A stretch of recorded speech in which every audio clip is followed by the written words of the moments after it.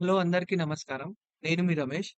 ముందుగా ఈ వీడియో ఎవరైతే జూస్తున్నారో ఫస్ట్ లైక్ చేసి సబ్స్క్రైబ్ జేసుకోండి. ఎందుకంటే ఈ వీడియోలో నేను ఎస్ఎస్‌సి గురించి డీటెయిల్‌గా ఎక్స్‌ప్లెయిన్ జేస్తున్నా. ఎందుకంటే ఇది కంబైన్డ్ గ్రాడ్యుయేట్ లెవెల్ ఎగ్జామినేషన్ కాబట్టి ఎవరైతే గ్రాడ్యుయేట్స్ చదువుకున్నారో వాళ్ళకి ఇది చాలా అంటే చాలా హెల్ప్‌ఫుల్‌గా అయితది. అండ్ ఎస్ఎస్‌సి అంటే ఏంటి? ఫస్ట్ దీని గురించి తెలుసుకుందాం. Staff selection commission. అంటే ఒక స్టాఫ్‌ని సెలెక్ట్ చేసుకుంటదనమాట. ఇప్పుడు వేరే వేరే డిపార్ట్‌మెంట్స్‌లో స్టాఫ్ కావాలి గదా! వాటి గురించి ఎవ్రీ ఇయర్ అనేది ఇ ఇది రిలీజ్ జేస్తది. ఎవ్రీ ఇయర్ స్టాఫ్ సెలక్షన్ వోళ్ళు రిలీజ్ జేస్తారు. దాంట్లో కొన్ని పోస్ట్‌లయితే డిఫరెంట్ కేటగరీస్ రిజర్వేషన్ ప్రకారం రిలీజ్ జేస్తారు. అలా ఈ ఇయర్ ఏమేం రిలీజ్ అయినాయో మనం తెలుసుకుందాం. So, first of all ah, online ah, సబ్ అప్లికేషన్ ఎప్పటిదాగుంటది. 9థ్ జూన్ నుంచి 4థ్ జులై వరకు ఆన్‌లైన్ అప్లికేషన్ ఉంటది. Last date and time of online application ఏమో 4థ్ July. And last date of payment ఏమో 5థ్ జులై వరకు లాస్ట్ పేమెంట్ జేసుకోవాలి. ఎవరికైనా ఏమైనా అప్లికేషన్‌లో కరెక్షన్స్ గావాలంటే 9 నుంచి 11 దాకుంటది. ఏమైనా చేంజెస్ జేసుకోవాలన్నా, ఏం జేసుకోవాలన్నా అప్పుడు జేసుకోవచ్చు. ఈ ఎగ్జామ్ వచ్చేసరికి 13థ్ ఆగస్ట్ నుంచి 30థ్ ఆగస్ట్ వరకు అయిపోతది. ఎవరైతే దాంట్లో సెలెక్ట్ అయిపోయారో అన్నీ అయిపోతే డిసెంబర్ 2025కి ఇంకో ఎగ్జామ్ ఉంటది. సో, దాని తర్వాత క్లియర్ అయిపోతాయి. అయినా మీకు కొన్ని ఏమైనా డౌట్స్ అప్లికేషన్ ఫిల్లింగ్ అప్పుడు ఏమైనా డౌట్స్ కావాలంటే డౌట్స్ వచ్చిందనుకో ఈ నంబర్‌కి కాల్ చేయండి. 1800 3093 సో, మనం ఫస్ట్‌గా ఏ ఏ పోస్ట్‌లు రిలీజ్ చేశారో దాని గురించి తెలుసుకుందాం. ఇక్కడ పే లెవెల్ 7 అంటే ఎన్ని లెవెల్ మొత్తం 4 లెవెల్స్ ఉన్నాయి. సో, 4 లెవెల్స్‌లో ఫస్ట్ ఆఫ్ ఆల్ చూసుకుంటే పే లెవెల్ 4. పే లెవెల్ 4లో 25,500-81,100 దాకా సాలరీ రేంజ్ అనేది ఉంటది. సో, దీనికి చూసుకోండి. ఇది పోస్టల్ అసిస్టెంట్, సార్టింగ్ అసిస్టెంట్ అన్నమాట. సో, ఈ డిపార్ట్‌మెంట్ వచ్చేసరికి department of post, ministry of communication. ఈ డిపార్ట్‌మెంట్‌లో ఇది గ్రూప్ సి కిందికొస్తది. సో, 18-27 ఇయర్స్ ఏజ్ ఉన్నోళ్ళు దీనికి అప్లై చేసుకోవచ్చు. And senior secretariat assistant ah, post అనేది central government office minister other than సీఎస్ఓలకి అప్లికేబుల్ అయితది. ఇది గ్రూప్ సి. So, 18-27 years. ఇలా మీకు సీనియర్ సీనియర్ అడ్మినిస్ట్రేటివ్ అసిస్టెంట్ గావాలంటే మిలిటరీ ఇంజినీరింగ్ సర్వీస్ అనే డిపార్ట్‌మెంట్‌లో ఆహ్, జాబ్ పోస్ట్ అనేది ఉంటది. సో, ఇది గూడా గ్రూప్ సి. ఇలా టాక్స్ అసిస్టెంట్ ఏమో సీబీడీటీ అండ్ టాక్స్ అసిస్టెంట్ ఏమో సీబీఐసీ. ఇలా ఏజ్ ఏమో 18-27 ఇయర్స్ ఏజ్ ఉండాలి. ఇవన్నీ పోస్ట్ అన్నమాట. ఇవి సబ్ ఇన్స్‌పెక్టర్ ఇవన్నీ పోస్ట్. ఇది సబ్ ఇన్స్‌పెక్టర్ అనే పోస్ట్‌లో ఏ department CBN central bureau of narcotics ఇలా. ఈ పోస్ట్ అవన్నీ మొత్తం 37 పోస్ట్స్ ఉన్నాయి. చూసుకుంటే ఎవ్రీ పోస్ట్ ఇక్కడ పే లెవెల్ 7లో 44,900 టు 1,42,000 అయితే పే లెవెల్ 6లో 35,400 టు హ్మ్. 1,12,400 ఉన్నాయి. పే లెవెల్ 7లో 16 పోస్ట్ ఉంటే పే లెవెల్ 6లో ఏమో నియర్లీ 6, 7, 8, 9 పోస్ట్ ఉన్నాయి. పే లెవెల్ 5లో చూసుకుంటే 3, 4, 5, 6 పోస్ట్స్ ఉన్నాయి. సో, ఇవన్నీ ఆడిటర్, అకౌంటెంట్‌కి సంబంధించినవే ఉన్నాయి. Pay level 5లో. సో, ఎవరెవరైతే దేనికి అప్లై చేసుకోవాలని అనుకుంటున్నారో ఒక్కసారి ఈ నోటిఫికేషన్ అనేది నేను మీకు దీంట్లో పెడతాను. సో, ఇవి వన్స్ చెక్ చేసుకొని నేను మీకు దీని నోటిఫికేషన్ నేను ప్రొవైడ్ చేస్తాను. డిస్క్రిప్షన్‌లో అయినా మాక్సిమం డిస్క్రిప్షన్‌లో ఇవ్వనీకే ట్రై చేస్తాను. డౌన్‌లోడ్ చేసుకోనికి మీకు గూడా కొంచెం ఈజీగా ఉండేటట్టు. సో, ఇది 37 పోస్టులున్నాయి. దీనికి యాక్చువల్లీ రిజర్వేషన్ వాళ్ళకి చూసుకుంటే 18-27 ఇయర్స్ ఉన్నోళ్ళు 1998 నుంచి 2007 మధ్యలో ఉండాలి. సో, ఇవన్నీ ఏజ్ లిమిట్స్ అన్నమాట. సో, 20-30 ఇయర్స్ ఉన్నోళ్ళు 1995-2005 ఉండాలి. 18-30 ఉన్నోళ్ళు 1995-2007 ఉండాలి. 18-37 ఉన్నోళ్ళు 1993-2007 ఉండాలి. ఇవి మెయిన్ ఏజ్ ఏజ్ లిమిట్ అనేవి పక్కా. సో, ఆ ఏజ్ లిమిట్ లో ఏజ్ రిలాక్సేషన్ ఎలా ఉండాలో అవి కూడా తెలుసుకుందాం. ఏజ్ రిలాక్సేషన్ అంటే ఏం లేదు. ఇప్పుడు కొందరు మేబీ ఎస్సీ, ఎస్టీ వాళ్ళకి నార్మల్‌గా ఫిఫ్త్ నుంచి కొందరేమో 5 ఇయర్స్ నుంచి స్కూలుకి పోతారు. అలాంటోళ్ళకి మేబీ ఏజ్ అనేవి 5 ఇయర్స్ ఎక్స్‌ట్రా అనేది ఇస్తారనమాట. ఎస్సీ, ఎస్టీకి 5 years, ఓబీసీకి 3 years, పీడబ్ల్యూబీడీకి 10 years, PWBD OBC వాళ్ళకి 13, పీడబ్ల్యూబీడీ ఎస్సీ, ఎస్టీకి 15, ఎక్స్ సర్వీస్ మెన్ వాళ్ళకి 3 years after deduction of military అంట. సో, ఇవనేవి ఏజ్ లిమిట్స్. ఇవి ఒక్కసారి మీరు చూసుకోండి. ఎక్స్ సర్వీస్ మ్యాన్ అన్ని దీంట్లో ఇన్ఫార్మ్ చేశారు. నియర్లీ 113 పేజెస్ ఉన్నాయి. సో, అంత పెద్ద వీడియో అయితే చేయలేము గదా! మొత్తం ఈచ్ అండ్ ఎవ్రీ పార్ట్ చెప్పుకుంటా పోతే చాలా టైం పడతది. సో, మేము ఏవేవైతే ఇంపార్టెంట్స్ ఉన్నాయో అవే చెప్తున్నాను. సో, ఇక్కడ నుంచి చూసుకుంటే ఇక్కడ కరెక్ట్ చూడే ఎసెన్షియల్ ఎడ్యుకేషన్ క్వాలిఫికేషన్స్. ఇప్పుడు జూనియర్ స్టాటిస్టికల్ ఆఫీసర్‌కి bachelor degree with at least of 60% ఉండాలి. అండ్ లేదా bachelor degree in any subject with statistics one of the subject at degree level అంట. సో, స్టాటిస్టికల్ ఇన్వెస్టిగేట్‌కి bachelor degree with statistics of subjects recognized university of institute ఉండాలి. So, all other post bachelor degree is recognized university. ఇప్పుడు మన దగ్గర JNTU నాకైతే JNTU అలాంటివుంటే ఆహ్, ఏం గాదు. So, final year of the graduation also can apply with essential. అయితే ఇప్పుడు ఏ బ్యాచోళ్ళైనా అప్లై చేసుకోవచ్చు. కానీ లాస్ట్ బ్యాచ్ ఏమో 2025 ఫస్ట్ ఆగస్ట్ లోపట అయిపోవాలన్నమాట. ఇది ఎడ్యుకేషన్ క్వాలిఫికేషన్.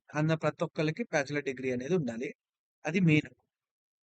సో, ఇది ఎలా అప్లై చేసుకోవాలంటే ఆన్‌లైన్‌లో నేను ఆన్‌లైన్ లింక్ ఇది కూడా ప్రొవైడ్ చేస్తాను. నేను మంచిగా మెన్షన్ చేస్తాను. ఎలా అప్లై చేసుకోవాలి ఏందో అని. అది కూడా మనం తెలుసుకుందాం. నాకు కూడా అంటే తెలుసు గానీ అంత పర్ఫెక్ట్‌గా తెలవదు. నేను చెప్తాను మీకు. వన్ టైమ్ రిజిస్ట్రేషన్ చేసి ఫిల్ చేసుకోవాలంట. So, for applying candidates is not required to have pre experience photograph herself. The application module are designed to capture a photograph filling up form application as before the camera when prompted by the application. So, మనం అంటే పాత ఫోటోలనేవి use చేయొద్దు ఇక్కడ. Only అప్పటిదప్పుడే మనకి ఇప్పుడు net సెంటర్‌లో ఎళ్ళినామనుకో, అప్పటిదప్పుడే net సెంటర్‌లో వాళ్ళు కెమెరా ఆన్ చేసి అప్పటిదప్పుడే ఫోటోలు దింపుతారు. అలా దింపుకోవాలి. మంచి పొజిషన్‌లో దింపాలి. ఇవనేది మెయిన్ అన్నమాట. వీళ్ళు వాళ్ళ అలా అలా చేశారు. అయితే ఫీ పేయబుల్ 100 పర్ 100 అంట.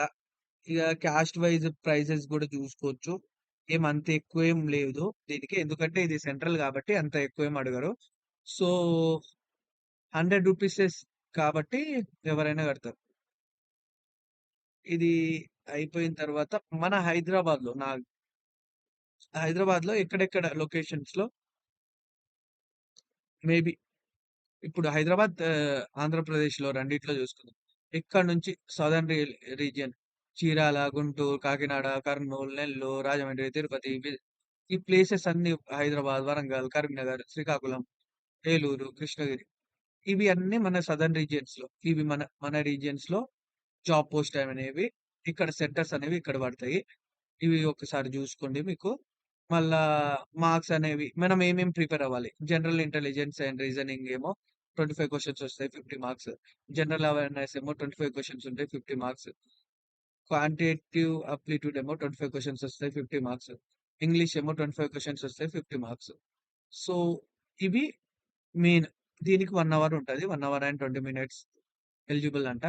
సో, మళ్ళా ఇంకా section 1, section 2, section 3, section 4 statistics ఇవి గూడా దీనికి ఎన్ని అవర్స్ అంటే 1 hour for each section, 15 minutes అంట కంప్యూటర్ సీబీటీకి, డేటా ఎంట్రీ స్పీడ్‌కి 20 మినిట్స్, ఇంగ్లీష్‌కి 1 అవర్, ఇంగ్లీష్ జనరల్ అవేర్‌నెస్‌కి 1 అవర్, మ్యాథమెటిక్స్ ఇవన్నీ ఒకసారి చూసుకోండి. ఏం లేదు mathematical abilities and reasoning and general intelligence ఇవి ప్రతి దాంట్లో అడిగేవే.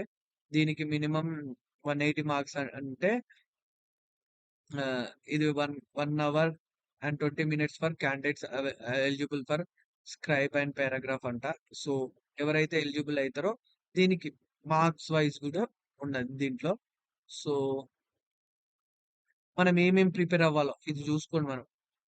ఏమేం ప్రిపేర్ అవ్వాలో, ఏమేం ప్రిపేర్ అవ్వద్దో అన్నున్నాయండి. ఎవ్వరైతే, ఎవరైతే మంచిగా కరెక్ట్‌గా ప్రిపేర్ అయ్యారనుకో, ఈజీగా జాబ్ అనేది ఈజీ అంటే ఈజీగా కొట్టొచ్చు. ఇప్పుడు సిలబస్ చూడండి. General intelligence and reasoning, general awareness ఇవన్నీ చూడండి. ద టాపిక్స్ ఆర్ ఇవన్నీ topics. The topics are semantic analogies, ah, symbolic number analogy, figure analogy, semantic classification, symbolic number classification ఇవన్నీ టాపిక్స్ అంట. ఇవన్నీ దీంట్లో జనరల్ ఇంటెలిజెన్స్ అండ్ రీజనింగ్. మళ్ళా general అవేర్‌నెస్‌లో ఏమేమి అడుగుతారు? Include questions of India and neighbour countries especially pertaining, history, culture and geography, ah, economic scenes ఇవి దీని గురించి. ఓకే. Next quantity aptitude. ఆప్టిట్యూడ్‌లో ఏమేమి ఉంటాయి? ఆల్రెడీ మనకు తెలిసిందే. ద టెస్ట్ ఆఫ్ ఇగో ఇక్కడ హోల్ నంబర్స్ నుంచి స్టార్ట్ అయితాయండి. దీంట్లో ప్రతి ఒక్కటి ఒక్కొక్క క్వెషన్స్ వస్తాయి మాక్సిమం. హాఫ్ ఆఫ్ మార్క్స్ ఉన్నాయనుకో ఏమో డెసిమల్, ఫ్రాక్షన్ ఇగో ఇక్కడ నుంచి ఈ మొత్తం ఈ మొత్తం క్వాంటిటివ్ ఆప్టిట్యూడ్. ఒకసారి చూసుకోండి ఇవన్నీ టాపిక్స్ మాక్సిమం 1 క్వెషన్ అయితే వస్తాయి. అన్నొస్తాయని గాదు. మినిమమ్ ఒక ఎన్ని టాపిక్స్‌లోకెళ్ళి ఒక 20 టాపిక్స్‌లో 20 క్వెషన్స్ అయినా వస్తాయి. ఈ ఇంగ్లీష్ గురించి తెలిసిందే ఇగ. బేసిక్ ఇంగ్లీష్ అండ్ మ్యాథమెటికల్ నుంచి number system, fundamental, algebra, geometry, construction, trigonometry, statistics and probability ఇవన్నీ 10థ్ క్లాస్ టాపిక్సే నాకు తెలిసి. సో, ఇవి గూడా వస్తాయి. ఆహ్, ఇవండి ఇక్కడ మనకు పేజ్ నంబర్ 23, 24లో మనకి అంటే సిలబస్ ఏమేమున్నాయో నేర్చుకోవచ్చు. సో, ఎగ్జామినేషన్‌లో Aadhaar card, voter card, driving carry at least 2 passport size photos అంట. అండ్ బర్త్ ప్రూఫ్ లైక్ ఇగో ఈ వీటిలో ఏదైనా ఒకటి తీసుకెళ్ళండి. కుదిరితే 2 కూడా తీసుకెళ్ళొచ్చు. అది డిపెండ్స్ ఆన్ మీ మీద ఉంటది. సో, ఇవన్నీ ఇగ మాల్ ప్రాక్టీస్ చేసేటోళ్ళకి డిబార్ డిబార్ ఇగో చూడండి ఎలా ఇప్పుడు మనం ఒక సపోజ్ క్వెషన్ అండ్ ఆన్సర్ ఏమైనా చీటింగ్ చేసామనుకో, ఇగో ఎన్నేళ్ళు డిబార్ ఉంటది, ఏమేమి ఉంటాయి ఇవి కూడా మెన్షన్ చేశారు. సో, ఇవి గూడా ఒకసారి చూసుకోండి. హ్మ్. ఎందుకంటే ఇప్పుడు మీరు జూసుకోలేరు. తర్వాత సపోజ్ అయినప్పుడైనా పనికొస్తదేమో. ఎవరైనా మాల్ ప్రాక్టీస్ జేస్తే. సో, ఇవన్నీ ఇగ సో, నేను వీడియో ఎండ్ లోపట నేనొకటి చెప్తాను మీకు. సో, ఎవరైతే అప్లై చేసుకుందాం అనుకుంటున్నారో చాలా మంది నాకు దెలిసి ఇది బయట ఆన్‌లైన్ ఏది ఐటీ, నాన్ ఐటీ జాబ్స్‌కెళ్ళేయడం బదులు ఇవి ప్రిపేర్ అయితే నాకు తెలిసి ఈజీగా రావచ్చు. కానీ మనకు కాన్ఫిడెన్స్ అనేది ఉండాలి. గవర్నమెంట్ జాబ్ చెయ్యాలి అని. చాలా మందికి ఏమన్నా ఉంటదంటే, యాహ్! గవర్నమెంటే జాబ్ కదా! ఏం జేత్తంలే అని ఒక కాన్ఫిడెంట్‌లో ఉంటాడు. సరే ఎవరైతే చేయాలనుకుంటున్నారో వాళ్ళైతే చేసుకోవచ్చు. It depends on them. ఇగ మనం ఇంకా ఆన్‌లైన్ అప్లికేషన్స్‌కెళ్ళిపోదాం.